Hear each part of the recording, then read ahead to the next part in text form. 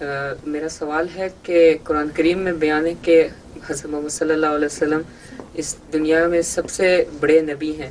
میرا سوال یہ ہے کہ کیوں اللہ تعالیٰ نے انہی کو اس دنیا کے سب سے بڑا نبی بنایا؟ کیا اور دوسرے دنیا میں اس ارتھ کے علاوہ کہیں اور کوئی انسان کو نہیں بنا کر محمد صلی اللہ علیہ وسلم کو ہی کس لیے انہوں نے بڑا نبی بنایا تھا؟ کسی کو تو بنانا تھا نا، بیٹھ جاؤ.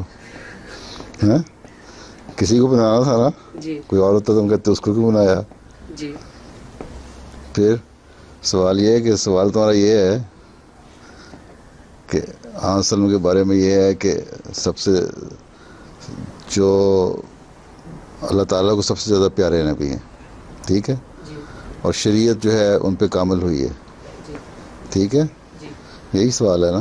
جی تو کہیں جگہ انسان کی جس طرح ڈیولپمنٹ ہوئی ہے، ایوولوشن کا پتہ ہے تمہیں؟ ایوولوشن جیسے کیا کہتے ہیں اسے، ہاں جو انسان، جو ڈارون کی تھیوری ہے مثلاً کہ انسان پہلے کیا تھا، آہستہ آہستہ اس میں ترقی ہوتی رہی، ہیں کیا لفظ استعمال کرتے ہیں ایوولوشن کے لیے؟ ارتقاء. ارتقاء کا بھی تمہیں نہیں پتہ ہوگا، ایوولوشن کا تمہیں نہیں پتہ. اب سوال ہے کہ سمجھاؤں کس طرح تمہیں. جس طرح ارتقاء، انسان پہلے کیا تھا، انسان کی زندگی کوئی چیز نہیں تھا نا، آہستہ آہستہ تھوڑی تھوڑی خصلت انسانی پیدا ہوتی رہیں، پھر دماغ ڈیولپ ہوا، پھر مزید ڈیولپ ہوا. اس طرح جس طرح انسان ڈیولپ ہوتا گیا، ایک آخر زمانہ ایک ایسا آیا جب وہ مذہب کو سمجھ سکتا تھا، اللہ کو پہچان سکتا تھا. تو اس وقت ایک نبی آیا، پھر اس میں مزید ڈیولپمنٹ ہوتی رہیں.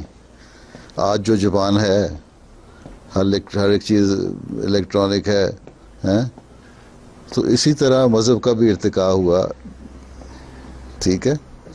اور ایک جب زمانہ آ گیا جب اللہ تعالیٰ نے سمجھا کہ اب ایک انسان ایسی سوچ رکھنے والا ہو گیا ہے کہ اب مذہب کو کامل اور مکمل کر دے، تو قرآن شریف کی شریعت اتری حضرت صلی اللہ علیہ وسلم پر، ٹھیک ہے.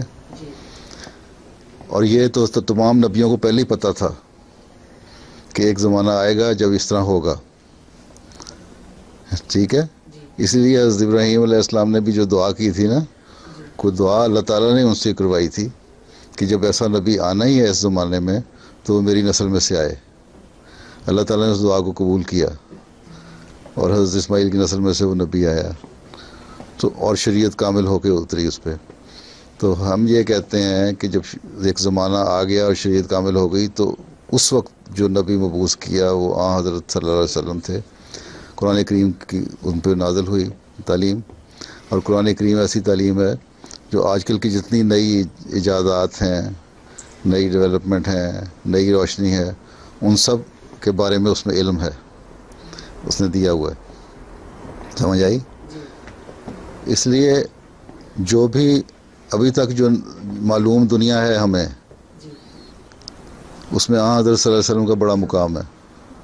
اور آئندہ کبھی ایسا زمانہ اگر آیا، کوئی اور معلوم دنیا ہوئی، تو وہاں بھی اللہ تعالیٰ نے یہی اعلان فرمایا نا کہ آپ کو تمام عالمین کے لیے پیدا کیا ہے. تو جس طرح معلوم دنیا ہوتی جائے گی، وہاں اسلام کا پیغام پہنچتا جائے گا.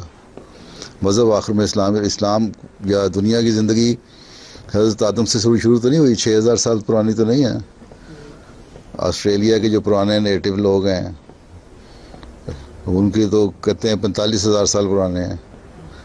اسی طرح اور دنیا میں بھی ہیں. اس کا مطلب ان نے بھی اب پہلے تو اسلام کا وہاں نہیں پیغام گیا تھا، اب وہاں بھی اسلام کا پیغام چلا گیا.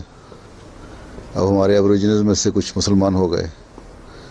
اسی طرح اگر کسی اور پلانٹ میں دنیا ہوگی تو اسلام کا پیغام پہنچانا ہمارا وہاں بھی کام ہوگا، ٹھیک ہے، کیونکہ یہی ایک پیغام ہے جو کامل اور مکمل پیغام ہے.